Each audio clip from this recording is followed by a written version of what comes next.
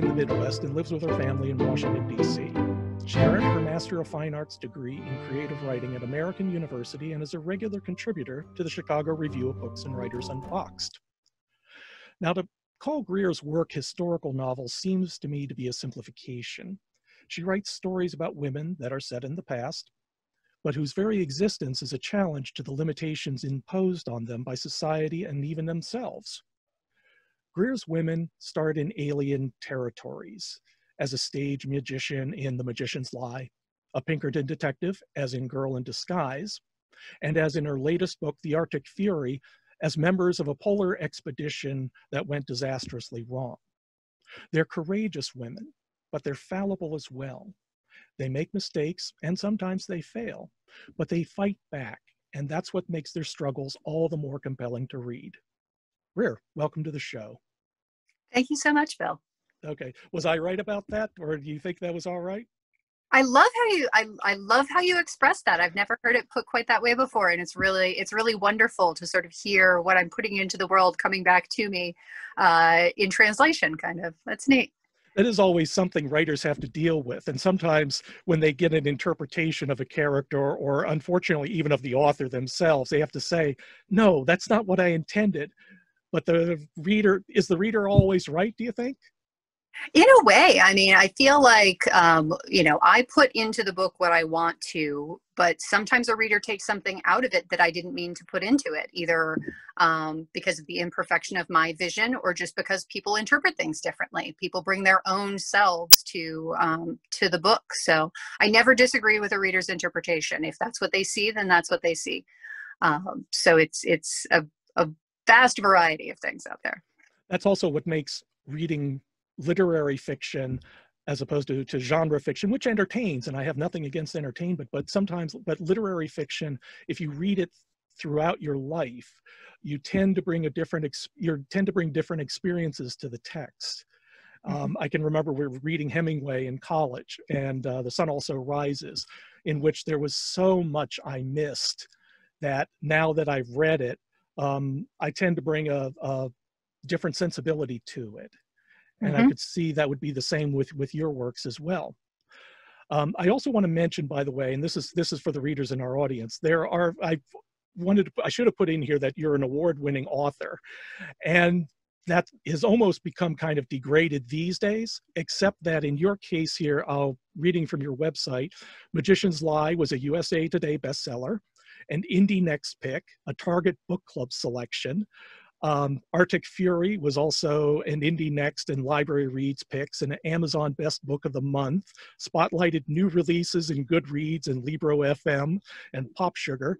And those are pretty good awards to have after your name, you know? It's pretty fun, yeah. I just love Indie Next particularly is something that all of the indie booksellers have voted on and expressed their opinion, and only a few books, I think it's maybe 12 books a month, get that. Only 10 books a month get library reads. And so for librarians and booksellers to get behind my books in that way is so fantastic. And Arctic Fury, this is the first one that's been an Amazon Best Book of the Month. So that's been a new experience for me. Yeah. Good one. Yeah. Does that give you any kind of charge about it because you wrote Arctic Fury, what, a year ago maybe? Is it just like, oh, well, that's a nice thing, or does it really strike home with you? It's both. I mean, it always strikes home with me. I mean, it's the process of making the book. It feels a little bit distanced because, like you said, the work happens and then there's some time and then the reward happens. And so if it happened right together, it might feel different, but it feels pretty good this way too. And it gives me something to talk about on social media when I'm saying, like, here's a book, because there are so many books. And as you have behind you and as you have at the store, it's just, there are always so many new books coming out. And how do you convince people this is the one that you want to read? Mm-hmm. And that's exactly why I want to have this kind of conversation, because I want readers to understand whether or not this is the book for them. There was a lovely review from Smart Bitches Trashy Books, excuse me. There's a quotation that I thought was really intriguing about Arctic Fury, and it said, "This is a mystery. Everyone has ulterior motives, secrets, and flaws. It's a joy to see all these things reveal themselves in the course of a well-constructed story. There were many things that didn't make sense to me until late in the book when they clicked beautifully together. I mean, obviously that's a great, thing to have to say, but it's also an interest to readers to say, be patient with this book, because it will all make sense in the end, and you will really feel the impact of it. And I think it does make a difference what you go into a book expecting. We all hear word of mouth from friends and read things online and say, oh, okay, well, that's what that book is about. I read my Goodreads reviews, which I know is a terrible idea and I really shouldn't do it. I never respond to my Goodreads reviews. That's not what they're for. But somebody said the other day, I don't know why this is classified as horror. It's a terrible horror novel. And I thought, it is a terrible horror novel because it's not a horror novel at all.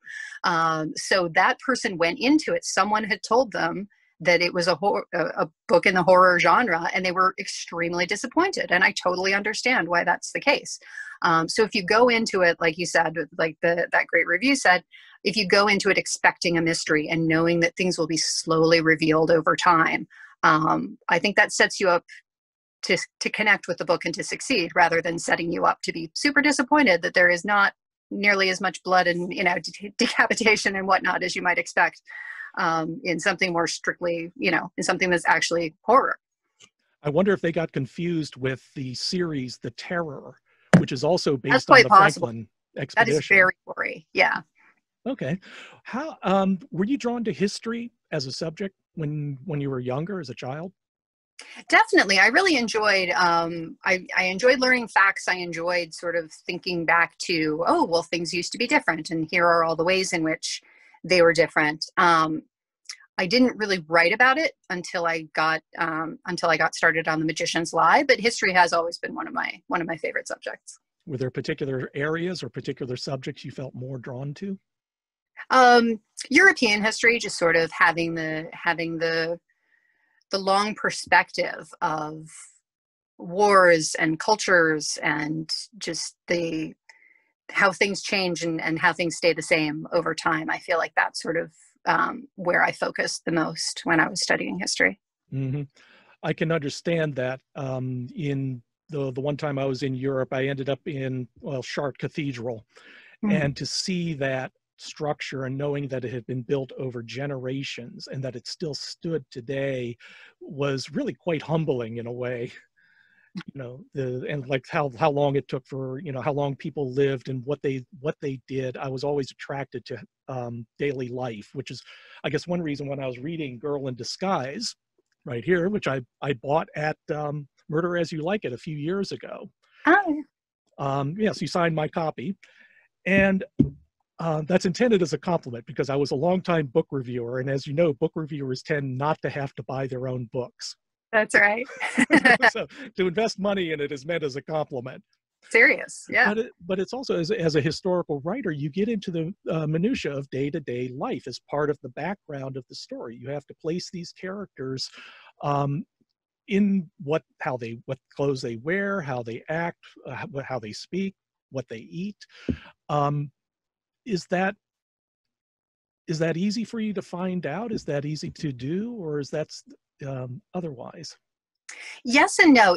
The information is out there in most cases, and so the real problem is figuring out, I think, how much of it to put in, because I could describe, every meal that Kate Warren eats in Girl in Disguise, but I don't, because that's, if I were describing my life, if I were describing my life, I really like to eat. So I might talk about what I had for breakfast and then lunch and what I'm planning to have for dinner. But that's not the most interesting thing going on in Kate's life. Kate is a Pinkerton detective who's, infiltrating criminal gangs and solving murders and then being a spy for the Union. And she's got a lot going on. Mm-hmm. But what I really want to do, and what I think is the beautiful and powerful thing about historical fiction, is to draw that world for the reader and to bring the reader in. And we can do all sorts of beautiful visual descriptions, and that needs to be part of it. You need to sort of see what Kate sees as she's walking down the street. But one of the things I really like to do is look for, what are the smells? What are the tastes? What does it sound like? I read a book a couple of years ago that said, somebody was walking down the street and they heard the sound of a popular song playing from the window. And if I had written that, I would have said what the popular song is and maybe a little bit about it, because I want the reader to just be in that moment. And so those details are definitely available. You can go back and see, what songs were climbing the charts in 1931 or 1853 or whatever, even before they had charts. But you have to decide how much of that you want to put in there, or the text just becomes a recitation of facts. I really want the narrative to be the driving force, but whatever carefully chosen details I can place along the way to make that world feel real to the reader, that's where I really get excited about the writing. It seems like a lot of what your work in writing and rewriting is to be able to put in enough of the facts to convey the flavor of the time, but also to serve your story and to look at it fresh to say, how do I take this? Can I take this out so it doesn't become an info dump? Yeah, and I can't always find that line for myself. I rely on beta readers and a critique group when I'm in one, and my agent and my editor. I wrote in The Magician's Lie, there's a scene where they're serving the first Christmas dinner at Biltmore, and so they're running up and down the stairs and bringing all the glassware and silver and food and all that.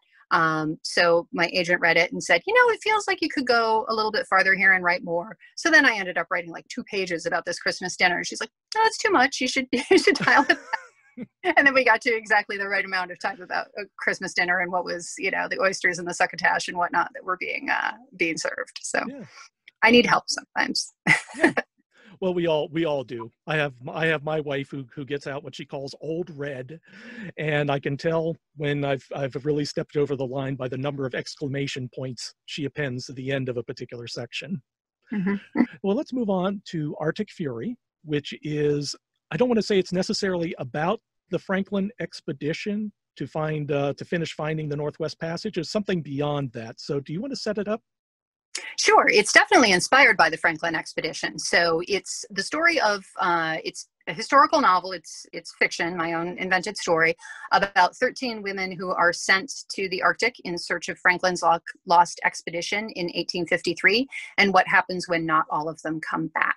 So you're following sort of dual timelines of following the women getting together the expedition and working their way northward, and then following another timeline a year later when the leader of the expedition, Virginia Reeve, is on trial for murder. So I got to write a murder trial, which I've never gotten to do before. So that was fun. Authors we're always trying to find something new to do, right? To grow as writers as well as to entertain our audience. Mm-hmm. And so this one was pretty ambitious because in addition to having Virginia's point of view, I actually have one chapter from every one of the women on the expedition. So there are 13 different points of view, which I still kind of can't believe my editor let me get away with. But she gave me really good advice, which was, if you're going to use another point of view, make sure you give us something in that point of view that the other points of view don't know or wouldn't reveal or wouldn't view in the same way.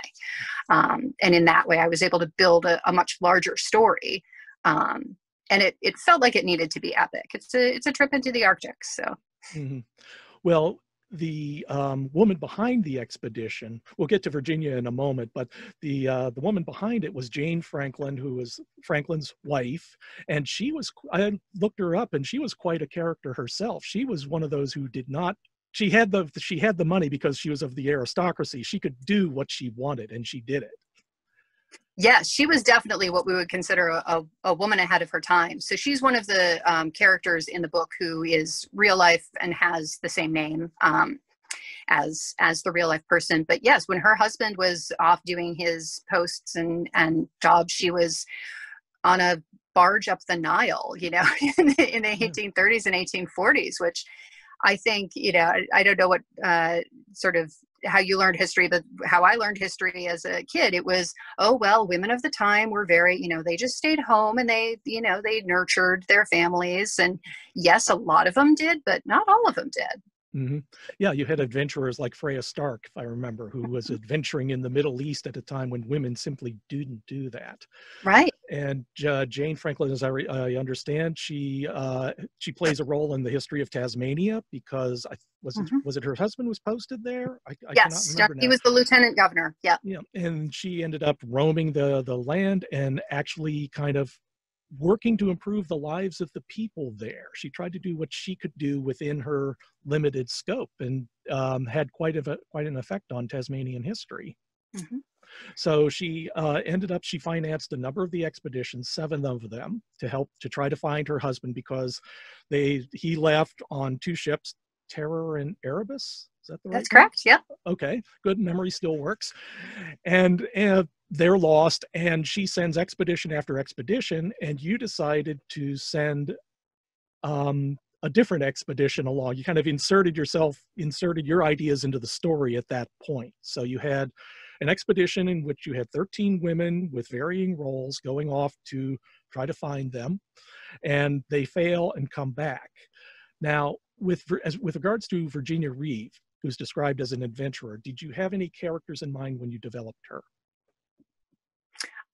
She is sort of based on someone from history that I'm not going to talk too much about because I don't want to have any spoilers in the conversation. Okay. But I was able to draw from the historical record for the inspiration of Virginia, and for several of the other characters also that are a lot of the women. I've sort of assembled a fictional supergroup, but they're all based on the roles that women had in the 1850s, and women of the frontier, and women who were doing bold and unusual things. And in the author's note in the back, you can I sort of wrote out which ones are inspired by people in particular from this era in history. There's a mountaineer, there's a journalist, a battlefield nurse, people who are drawn very specifically from women in history. And for most of them, I changed the names because they're loosely inspired and they didn't do any of the things that I have them doing in this book.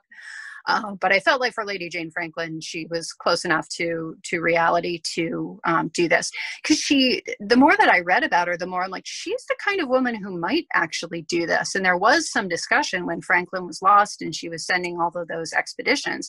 There was some talk that she was going to try to join one of them. Mm-hmm.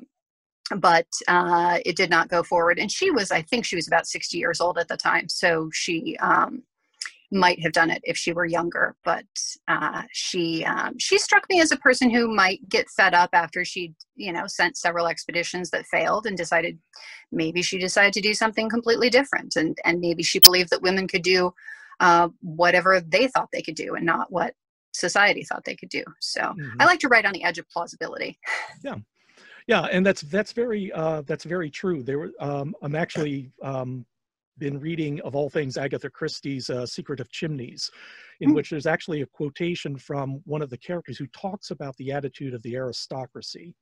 Just in general, they never see themselves bound by anybody's rules. They are a force unto themselves, which means that they can do very silly things at times, but it's also something that is actually rather admirable. You kind of wish you could have that feeling. And that's actually what I saw sometimes in Kate Warren in Girl in Disguise, where she is in the interior monologues, she's realizing that she's scared. She is absolutely scared, and she's having to find her way to continue doing what she's doing, whether she's operating a disguise or trying to seduce a man far enough but not too far.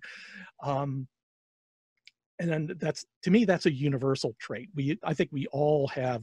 I think, unless you're absolutely totally unfeeling or totally unself-aware, we all have that boundary that we have to try to punch through. And that's what I really like about your stories, is how much we get to know these characters as people and recognize them as such. In Arctic Fury, Virginia is. You'll have to correct me, because I understand that Caprice Collins, one of the members of the expedition and a member of a wealthy family, is kind of set up as her nemesis. Is that a good way to put it? Yeah, I think of them as foils. I think that when I think about works that I really enjoy, books and movies and TV shows. When I was developing this book, I was thinking about Deadwood, which is one of my favorite TV series ever. And I was thinking about how you've got Sheriff Bullock, who's the very upstanding, voice of the law, but you've also got Al Swearingen, who is really, really interesting and not about the law at all. And so I thought, well, if I can set up these two women who are, it's not good and evil, it's not light and dark, it's not right and wrong. They both have flaws and they both have strengths. If I could have these two strong foils, that will make the story much more interesting. Especially when you find out, it's fairly early in the novel to reveal that Caprice is the one who's been murdered, and that's who Virginia is on trial for murdering. But then in the backstory, when you're following the expedition, you get to see them really go at it. And I really enjoyed that. And they're also, they're opposites in a lot of ways. And just like you were talking about just now with Jane Franklin and the rules of the aristocracy, Caprice has grown up with money. No one's ever told her no. She's done whatever she wanted. And she was inspired by a real life mountaineer, because that was something that women of this class were starting to do. They would climb. It wasn't too long after this that a woman climbed the Alps, climbed the Matterhorn. It's something, she could do. And so she did. So Caprice was fun to write for that reason, because she just sort of does what she wants and says what she wants. And those are always fun characters. Yeah. I should mention that the book operates on two tracks, because you have the trial running, but you also have, I guess it's the flashbacks to try to tell the story of the expedition and how they come to be how Virginia came to be on trial. So that, is that difficult to try to coordinate? That's like you're thinking with two brains, two narrative strands, and you want to make sure that they kind of dovetail right. It was way easier than I thought it was going to be for this one, because it was so brutal in The Magician's Lie. So that was my first work of historical fiction. It took me 5 years to get it right. And it goes back and forth between, a woman who has been accused of murder and is being, held by a policeman who may or may not let her go. And then the other timeline is she's sort of telling the story of how she got there. It's much more spread out across time than this one. But I struggled so much with the part of the tapestry. What do I tell now? What do I tell, here? How do I tell it? And you would think this one would have been harder, because it's 13 points of view, as well as kind of 2.5 timelines. There's a little other stuff that ends up coming in. But it was easier for whatever reason. And I feel like part of that was actually the number of chapters that I had to do, because I had to find a spot for each woman to do her thing. I put it in that order. I didn't write it in that order. I write completely out of order. I just write whatever comes to mind until I close up all the holes. But then going back and saying, okay, does the trial make sense? Does the expedition make sense? And the expedition is a lot dictated by geography. They've got to go through the Great Lakes before they go overland, before they go up Hudson Bay, before they go onto the ice. And so it didn't have as many potential moving parts as The Magician's Lie did, or something else that didn't have that track to follow. Mm-hmm. Is there anything, I have to say, is there anything else about the book that you wanted to point out to readers, as far, because I'm reluctant, obviously I'm unfamiliar with the book except from reading about it online, and I'm sorry for that, just the way it happens sometimes. But at the same time, I know that there's spoilers that you don't want revealed. So right. I'm kind of in this position of asking for any kind of help. Is there anything else that we want to know that you think that readers would know in order to decide if this is for them? Yeah, I don't think it's absolutely necessary that you know going in, but one of the things that I was really trying to do with the book is more accurately reflect the diversity of the people who were living in history, because I feel like we get, the history book view of history is, here are the generals and here are the presidents and here are the stories of these guys who did these things. But that doesn't mean that people of all kinds weren't present there. So I have people of different ethnicities and backgrounds and classes and orientations and everything like that. The kind of people we have today, none of them were invented recently, right? Right. Every kind of person has always existed. And the fact that they've been left out of fiction and history in the past is really something that I feel we should be trying to correct and to do a better job. And so I did try, since I had 13 women that I could choose from, I did my best to sort of make sure that I was reflecting more of the accurate society of the time. It wasn't necessarily high society, but these are people who are on the fringe of society doing bold things. And I think the less you have to if you have nothing to lose and everything to gain, then those are the people who are doing really, really interesting things. So reflecting diversity in the party was definitely, writing inclusively is what I call it. So I definitely did my best to write inclusively as I put this together. And I guess the other thing would be just that I shouldn't read my Goodreads reviews. It's a terrible idea. But I've had people who said, oh, I read it, and then I was really disappointed to find out that there never were 13 women who went on an expedition to the Arctic. And there weren't, as far as I know. And that's, if that's something that's going to bother you, then there are biographies of Lady Jane Franklin. There are many, many books about the actual Franklin expedition, if that is the story that you would rather read. Of the facts of Arctic exploration at that time. You can read the journals of John Ray, who did some really excellent exploration work. But if you want to read something that's more of a fun story, placing new people in there with a strong narrative thread, which is why I like to read fiction over nonfiction, because I find it particularly satisfying in that way. Mm-hmm. If you're in for a novel and you're in for a mystery, then I think this might be for you. Yeah. Okay. You've also, I've seen some other interviews in which you've also recommended other historical writers, but or books that you're particularly fond of. Do you have any in particular that you've read lately that you'd like to recommend?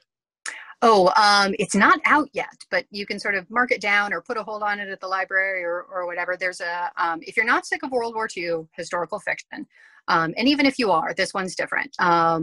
My friend Erica Roebuck has a new book coming out called The Invisible Woman, and it's about a World War II spy named Virginia Hall, who had one leg and was the most feared spy of the time by the Nazis, who did just amazing, amazing work in the European theater during the war. So again, it's called The Invisible Woman, and it's out, I think it's out February 1st. It's out pretty soon. Mm-hmm.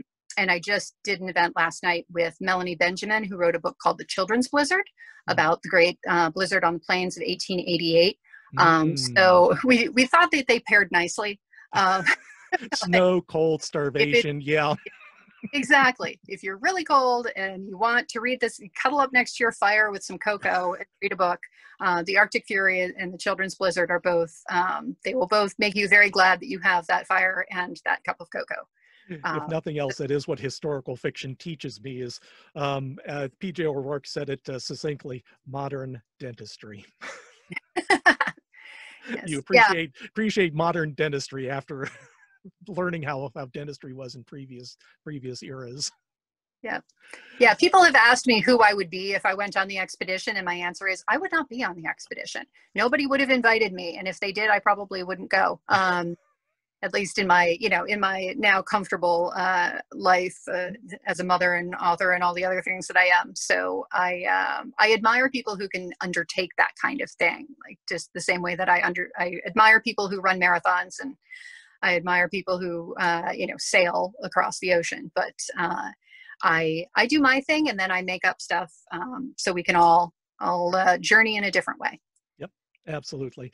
Are you doing any more promotions with regards to this, with regards to the Arctic Fury? Yes. It's interesting because the book came out in December, but most of my events have been concentrated in January and February. So I have more than a dozen things on the calendar at this point. So if people visit my website at greermacallister.com/events, I have joint events coming up with Marie Benedict, who wrote The Mystery of Mrs. Christie, and Janelle Soslisky, who wrote Beauty Among Ruins. Lots of fun stuff. Sometimes just me, sometimes one other person, sometimes panels. Mm-hmm. There's something the weekend of the Super Bowl called Super Book 2 that's just authors all day online. So lots of other ways to catch me if you want to tune in for a live event or watch a replay. Okay. Do you still have a newsletter? I do. I am very irregular about sending it out. I'll probably send one out this month, but you can sign up for that at, again, greermacallister.com/newsletter. Okay. And you also have an Instagram and a Twitter feed, Yeah, at the Lady Greer. Is that that's right? right. I didn't want to make people misspell McAllister more times than they absolutely had to. So yes, so Twitter and Instagram are both the @ and the Lady Greer. Okay, well, and I hope our readers will decide to look into the Arctic Fury. We have copies for sale at the Mechanicsburg Mystery Bookshop. And I wanted to thank you very much for talking with us today, Greer. Thanks. I really appreciate it, Bill. It's great talk. Oh, it was fun. It was fun. And this is Bill Peschel with a conversation with Greer Macallister. Thank you very much, and we'll see you next time.